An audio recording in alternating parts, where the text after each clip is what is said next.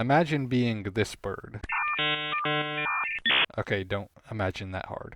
Just imagine that your species has called home this one humble little island off the coast of a larger southern archipelago. It's not much, but it is yours. In recent times, however, these funny-looking featherless birds have made their way to your lands, intentionally and unintentionally eradicating your neighboring avians in their wake. One day, they make their way to your island, and thus it is now time for your species to stand before them. What shall be your fate? You all get killed by a singular pet cat named Tibbles, within like a year of meeting it as well, around 1894 to 1895, which apparently earns you the distinguished title of being the only known species exterminated by a single organism. That's a popular rendition of the tale, at least. The truth of the story of if a single cat killed an entire species is, as you'll see, a bit more complicated. Before we begin, I will of course encourage you to consider subscribing if you end up enjoying the video. As per usual, my source document should be listed in the description below, with some occasional citation numbers on screen. But with that said, to start, let's set the stage a little bit. This is our fateful island. It's rather small, about twice the size of modern-day Vatican City. It is located in the middle of the larger New Zealand archipelago, originally having been called Tagaporewa in the Maori language. Their influence on this island seems to have actually been pretty limited. I'm not surprised. Even in the years after our story takes place, it was a rugged, densely wooded, and uninviting island, surrounded by even more uninviting waters. I found no documentable interest in it until the late 1870s, when it was considered as a potential lighthouse location, a bit over a century after Captain James Cook chose to name it Stephen's Island, in honor of this random British politician. At this time, it was still home to a plentitude of foliage, birds, and other animals. One of those bird species was the victim of our video story, which has come to be known as Lyall's wren, Stephen Island's wren, or rock wren, and if you want to be unnecessarily academic, Traversia lyalli. It's a rather small songbird with music we'll never hear, but the plumage we still can see has various olive, brown, yellow, and gray tones depending on the sex. Its most infamous trait, however, is that it was to its detriment flightless, and resigned to a life amidst the ground. I'm no ornithologist, but even I, when I take a gander at this little guy, am not struck with the greatest confidence regarding any aerial ambitions that it may have had. It is at this point that I expect most of us to know where this video is going. Flightless birds, cats, extinction. You're mostly right on that, but I did leave one big detail out. You see, our dearly departed little wren was in fact not always confined to this singular island.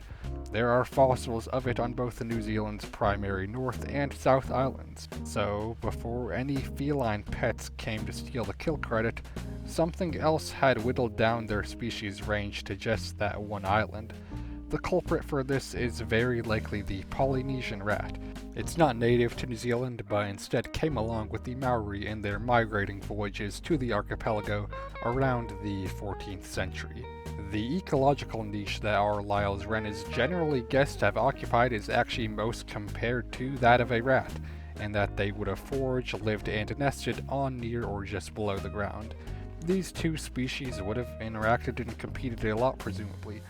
But more importantly, the rats would have had an instinct to eat their young, either in egg or hatchling form.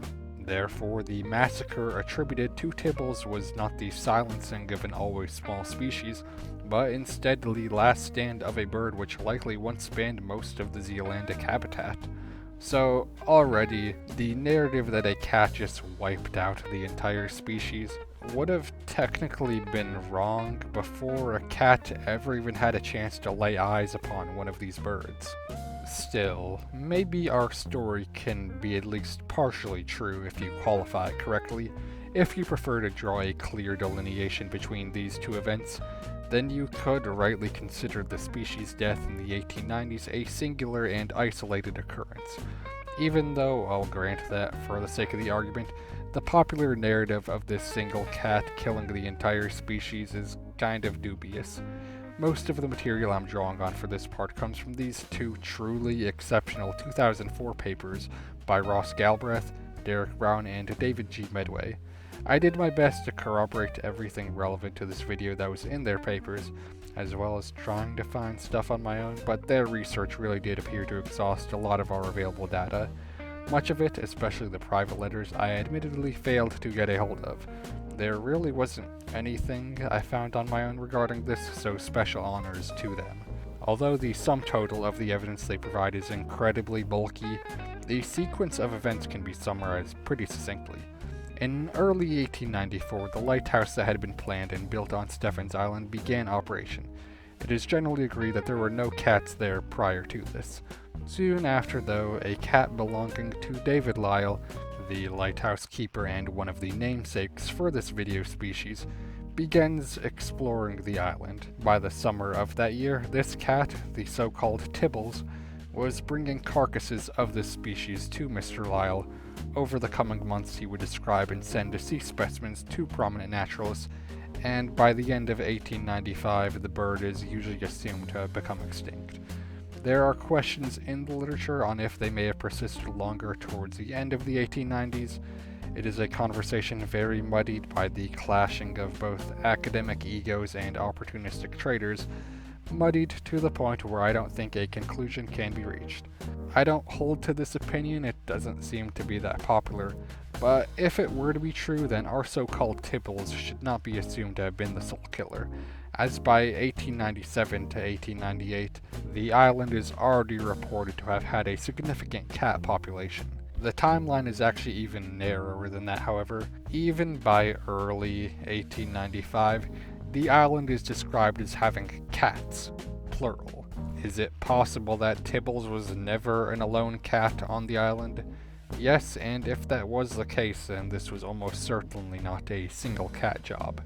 There is, however, an alternative explanation for this multitude of cats, which allows Tibbles to perhaps still be the sole killer. We have okay evidence that this cat was apparently a female cat, and more importantly, a pregnant female cat. And it is at this point that it's up to her, if she were to claim the title of species slayer, to speedrun the entire population of Lyall's Wren on Stephen's Island before her offspring reaches the age at which they would hunt them. Do we have any good indication that this was the case? No, not really. This bird was extremely reclusive. David Lyall saw it twice, and those are the only two known instances of it being sighted ever, as it was presumably nocturnal.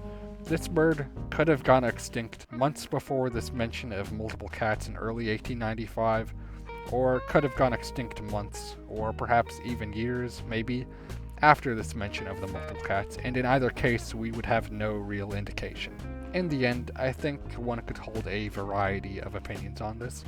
You could say that she was never alone on the island, and perhaps that she had always had collaborators in her hunting. You could say in raising the next generation she accelerated the death of the species. Or you could go and assume that she really did do it all herself. Really, on a very technical level maybe, those two latter options could still maybe permit Tibbles to be the only known organism to eradicate a species, as the Lyall's Wren in either case only goes extinct because she came to the island, even if she didn't do it all herself in the former one. The smarter version of me probably prefers the second theory. The YouTube version of me obviously likes the third theory, but as I said, you could believe any of them and probably be justified in that. As an extension of that discussion though, I feel like I should say that if you want to run with a narrative that Tibbles is solely responsible for the extinction of the species, that's like a really high bar to set. Two common suggestions that people have put forward as possible causes for the extinction of the species are habitat loss and attempted hunting by humans. Those don't really seem to have had much, if any, impact on the situation, but let's say that that did result in the death of at least one specimen. Or it could be an entirely unrelated thing.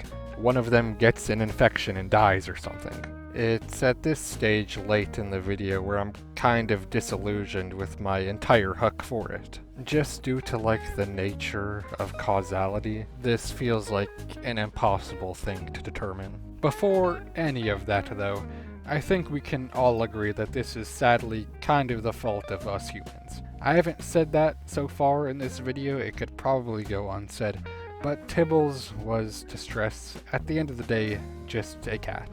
Doing cat things. On a weird note, she likely shouldn't have even been there. Normally, cats like the one Mr. Lyall owned are there to keep animals like rats in check. And unless they had been brought over during or after the construction of the lighthouse, then this island shouldn't have had rats on it. Something about this feels painfully ironic. There are a lot of holes and kinks in this story that I'm just not addressing due to time, but there is one that I am incredibly eager to talk about, because it's really funny, and also because it's the one thing I feel I can contribute to. So far, you, throughout this video, have listened to me refer to this cat as Tibbles. If you've listened to other people talk about this story, you would also get that same impression. Which is why, when I was originally making this video, it kind of bugged me that when I was reading all the primary sources, or hearing other people talk about the primary sources, nobody ever mentioned the name Tibbles, not one of them. We don't even get a name at all. Sometimes a sex, but that's it. Because of this peculiarity in the data, I decided to do some digging.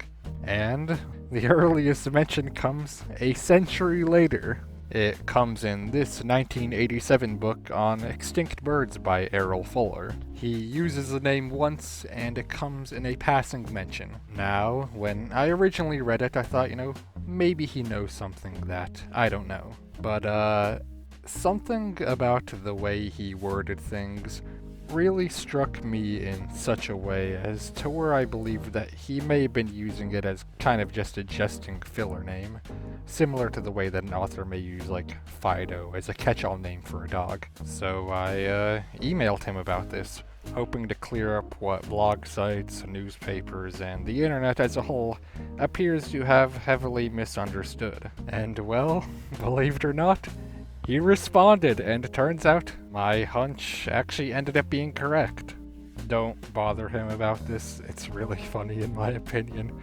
And he didn't intend things to turn out the way they did. Honestly, I'm a little disappointed that the cat was not named Tibbles. There's more I could talk about on some weirder theories that I have, and also the mind-numbing drama side plot I was forced to endure as I researched this video. But I don't want to torture you with either of those, and thus I want to thank you for your time and attention. Rest in peace to Lyall's Wren. I hope that I was able to make it worth it. God bless, and goodbye. I don't have too much I want to say in the outtakes, I want to try and shorten these down a little bit. So this was like a surprisingly tough video to make. There were a lot of times where I really didn't want to do anything on it, but I still did it, and I'm grateful for that. I want to be grateful to God that I encountered this, and also that you had the chance to watch this video. I hope it was good. There were some real sluggish parts, though. This video really told me how much further of a way I have to go as like a researcher, even just as like a person too. This video is a real slog. I hope it turned out well. Either way, I'll shut up. God bless, and goodbye.